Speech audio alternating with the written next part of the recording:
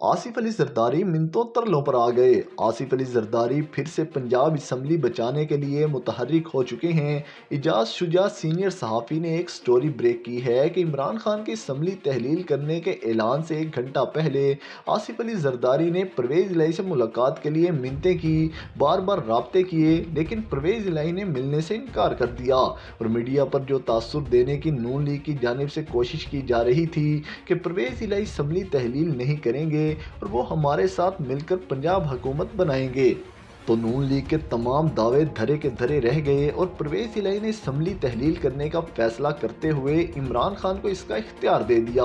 आपको याद होगा जब कौमी असम्बली में इमरान खान के खिलाफ अदम एतमाद आई तो आसिफ अली जरदारी परवेज़ इलाही को अपनी तरफ करना चाहते थे, लेकिन जब दोनों तरफ से वजारत आला की ऑफर थी तो परवेज़ इलाही ने इमरान खान का साथ देने का फैसला कर लिया।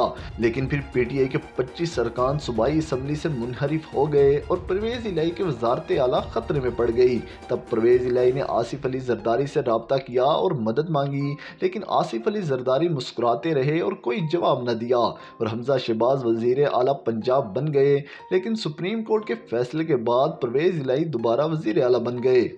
अब जब आसिफ अली जरदारी ने राब्ता किया तो परवेज़ इलाही ने वही इंतकाम लेते हुए उनसे मुलाकात करने से इनकार कर दिया, जिस पर आसिफ अली जरदारी नाराज हो गए। परवेज़ इलाही की मजबूरी है क्या और वो क्यों इमरान खान का साथ देने पर मजबूर हैं? असल मामला ये है कि चौधरियों को अपने हलकों से जीतने के लिए भी PTI की ज़रूरत पड़ती है। मुशर्रफ दौर के बाद काफ लीग की सियासत ख़त्म हो चुकी थी, इसलिए 2018 के इलेक्शन में काफ लीग ने PTI के साथ सीट एडजस्टमेंट की और PTI ने काफ लीग के 10 MPA के उम्मीदवारों के खिलाफ अपने उम्मीदवार खड़े ही नहीं किए, जिस वजह से PTI की सारी सपोर्ट और वोट काफ लीग के हिस्से में आई और काफ लीग 10 सीटें निकालने में कामयाब रही। अब तो PTI का अरूज 2018 से कई गुना ज़्यादा है।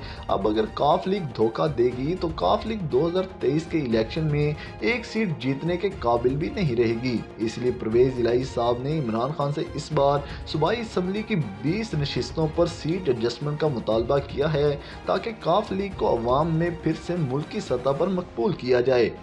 लेकिन हतमी फैसला इमरान खान ने करना है। इमरान खान काफ लीग की असलियत जानते हैं कि ये मफाद की सियासत करते हैं और बहुत बड़े ब्लैक मेलर भी हैं। अदम एतमाद के वक्त सबसे पहले काफ लीग ने ही सौदेबाजी शुरू की थी, इसलिए इमरान खान अब दोबारा काफ लीग से धोखा खाने के मूड में नजर नहीं आते।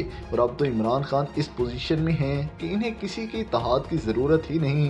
वो सियासी लिहाज से इतने मकबूल और मजबूत हो चुके हैं कि वो पंजाब और कौमी असम्बली में 2/3 अक्सरियत अपने बलबूते पर हासिल कर लेंगे।